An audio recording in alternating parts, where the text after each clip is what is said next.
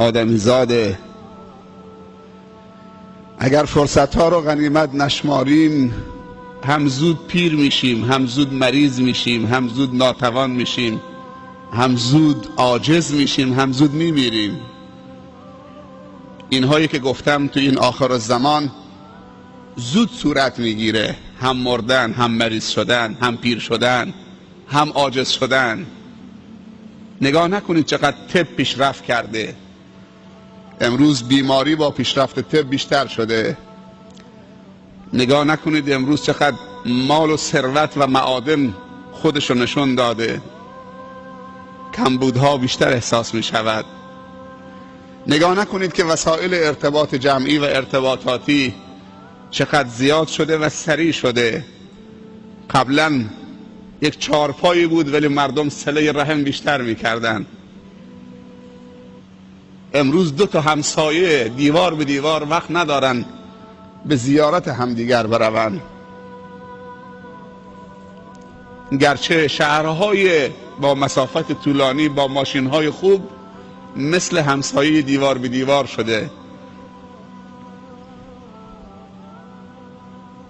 ما در آخر الزمان قرار داریم.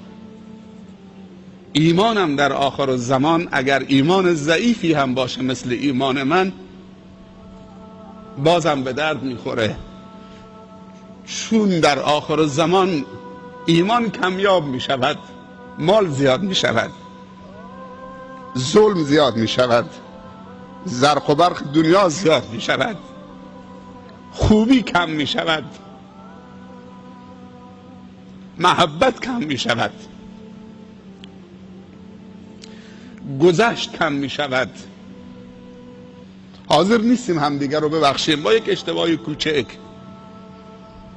ولی حاضر هستیم آبروی همدیگر رو ببریم با یک اشتباه کوچک.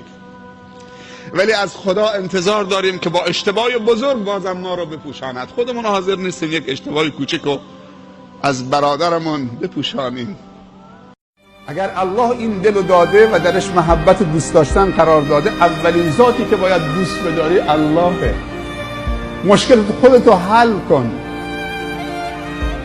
یه الله با این دل دوست بدار، کل وجود در بر میگیره. دنیا رو طوری دیگه میبینید دیگه، تو میشی بنده رب العالمین، تو جایگاهی ویژه پیدا میکنی. این کعبه از جان و دل و هواش داشته باشه. خداوند همیشه نگاه به دلهای ما و شما میکنه، نگاه به جیبها نمیکنه، نگاه به پست و مقام ها نمیکنه. برای رب العزت و الجلال کرامت انسانی مطرحه، نه رنگ و پوست، نه جیب، نه پست و مقام. مسجد راکیتون نشه. عالم روز قیامت شکایت میکنه از مردمی که علما رو غریب کردن.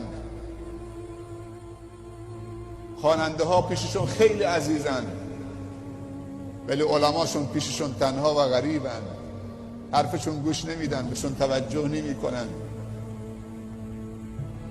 امروز تو جهان اسلام فوتبالیستا و هنرپیشه ها و خواننده ها و رقاصه ها یه مخنثی سر عروسی آورده بودن، خوب میرقصید. یکی از مادرها دست پشت کمرش میزده میگفته ماشاءالله ماشاءالله اللهم صل علی محمد. برای یک مخنث رقاصه عجب رقصی کردید. خدا اون روز نیاره که مساجد ما غریب بشن، علمای ما غریب بشن. قرآن شکایت میکنه